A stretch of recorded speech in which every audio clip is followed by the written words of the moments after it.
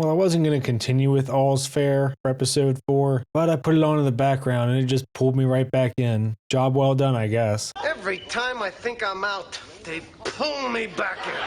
This show just continues to be bizarre. It really embodies the extreme feminist worldview, and I can see why they're all such miserable people. The summary of this episode is that Emerald's dream night is that her kids leave the house. She makes a fancy dinner, gets kind of dressed up for herself, and then uses a vibrator. And then when her friends encourage her to go on a date, she gets raped at the first event she goes to for single people, and the cops can do nothing. And that just sums up why these people are so miserable. They also make a point to let you know that Emerald chose to have all 3 kids by artificial insemination by herself so that she didn't have to deal with a man. And she was able to have 3 kids by herself who are going to Ivy League college while she is also at the pinnacle of success in her field. And again, this worldview that you can have everything is just one that I hate. Life requires sacrifices 99% of the time. If you want to be super successful, you're probably going to have to sacrifice your social life and personal life. If you want to have a lot of time with your kids, you might have to sacrifice aspects of your career success. And I just really think promoting this kind of delusional idea that this is the norm does way more harm than good. I mean, these women are in the 0.001%, if not lower, of earners. And that's a point that most people can't get to, even if they want to. There's all kinds of people that dedicate their entire lives to work and just get stuck partway up the ladder. So the idea of these people being able to have it all this way just really grates on me. Let's just get into the episode. I kind of already summed up the first few minutes there, where it's just about a great night for Emerald as being alone masturbating. Doesn't sound depressing at all. And our main group pushes her to go to a dating event. She's all fancy, looks nice, tits popping out. And of course, this show does the perfectly normal family dynamic where her kids say that she looks bangable.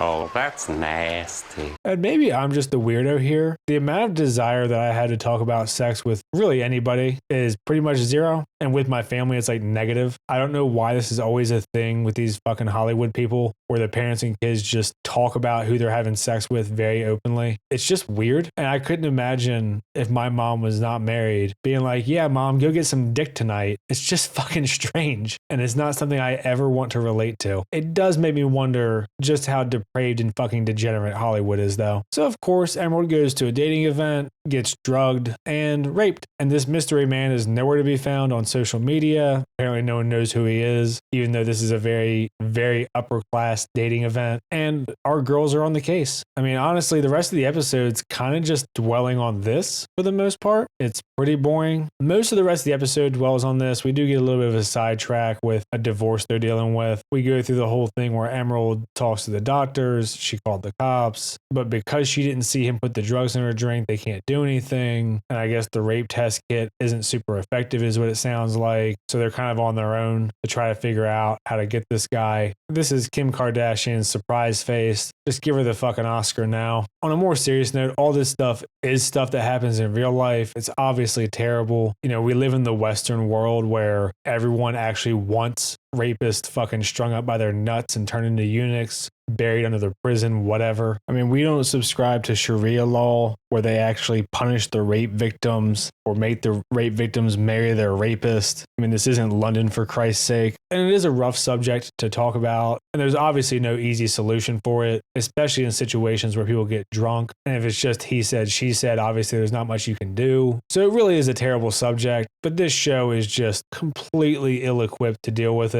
Everyone in this room is now dumber. And the little side plot we get for this is this woman was married to her husband. He wanted to have kids. She didn't. She told him this when they very first started dating, and I don't really understand why that wasn't a deal breaker. I guess the implication is that he thought she would change her mind eventually. But of course, the show portrays him as a rapist as well and not wanting to pull out when she said to. Because, you know, all men are rapists, and this is why women choose the bear, and blah, blah, blah. Sarah Paulson is the guy's lawyer in this divorce, and they're actually coming after more money because the husband says the understanding is that they would have kids, and apparently the wife got pregnant a decade ago and had an abortion and never told the husband. So they're going after more money for emotional damages. And they run through the whole discourse of how it's her body, her choice. She shouldn't feel guilty for not wanting to have kids. All women need is their career. Every generic talking point about the abortion topic and having children you've heard. This show just cranks out one after another. It's so hashtag deep. These thoughts of mine must be a sign that I'm hashtag dead. There's also a really annoying scene in here where Emerald berates a cop because he explains how the law works to her, and I don't really know what she wants him to do. He literally says like, look, this is how it works. These are the limits of what I can do within the law. And she gets mad at him and acts like it's a betrayal. And it's fine. She's upset. She's going through a lot, but it is a situation where he's literally just saying this is how it works. So I don't really think it does any good to show this and have her berate him, because it's not really portrayed as like a trauma thing as much as the law shouldn't work this way type thing. They don't quite come out and say believe all women, but that seems to be the direction that the show is pointing at. And eventually she tells her kids, tells them not to do anything irrational, that she's trying to work on it. She's going after the guy and they're all supportive. There's really not much to it. It's all pretty straightforward. It's fine. As an aside, it would have been hilarious if they had cast her husband as like Kanye West for this show. This whole show is kind of farcical anyway, so they could have at least made it more cringe. Anyway, Sarah Paulson comes back in. She talks about her client and the divorce with this lady. Apparently he's knocked up his new girlfriend, so he's dropping all the money he was going after because the emotional distress is now relieved. And the wife says that she's happy and her guilt has been lifted. The lie detector determined that was a lie. Kind of seems like she's bitter. Doubt we'll ever see any more of her anyway. But according to this show, she'll live her best life with her career and vibrator, I guess. The show also kind of pads out the runtime by having the rapist guy send a picture to Emerald of her tied up and duct taped. And they try to find clues and they go after the address because I guess this guy just leaves envelopes with the address on the floor. Whatever, I don't know. They eventually figure out who he is. Dina had a case against his father. His father lost and killed himself, and now the son wants revenge on all of them. And it started with the rape of Emerald, which is fucking bizarre, but whatever. There's also a point where Dina is trying to comfort Emerald and she just berates her and blames her for what happened instead of just the guy. That one at least felt more trauma related to me, but again, just kind of filling the episode out. Her cop friend comes back and says, hey, we found the rapist guy dead. Single bullet to the head, looks like an execution. And then he asks Emerald if she knows anything about it. It's being ruled a suicide. And she wants to make sure her kids have alibis as well. So like I said, all the stuff with him taunting her, all of them sleuthing and trying to figure out who he is, irrelevant. I'm sure this will be part of some bigger plot line, maybe to bring down Carr by the end of the season or some nonsense. But this whole thing was just kind of wrapped up in one episode and feels super detached from what I thought was the main story of Allura versus her ex-husband. Emerald talks to her kids, make sure that they weren't the ones who actually killed this guy. They all say they weren't and talk about where they actually were. And then she says, y'all be best having an alibi, because even though she's a very highly educated, incredibly successful woman, she's black, so she needs to be a stereotype. Turn to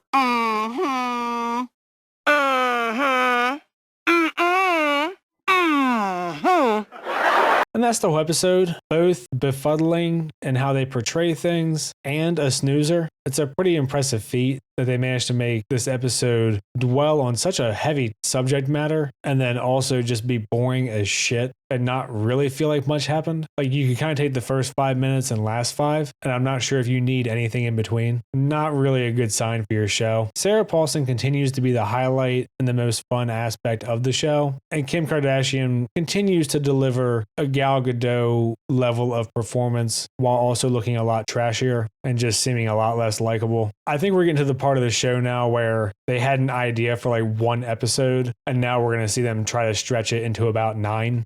So I expect the rest of the season to kind of be a slog with some bullshit low point in episode 8 and a girl boss yeehaw to end the season. Maybe I'll manage to make it through the next one. I told myself I wasn't going to make it through this one, but here we are. If you're a masochist and have seen this episode, let me know what you think. I try to respond to the comments that aren't just insults. Like and subscribe and all that shit. Thanks. See ya.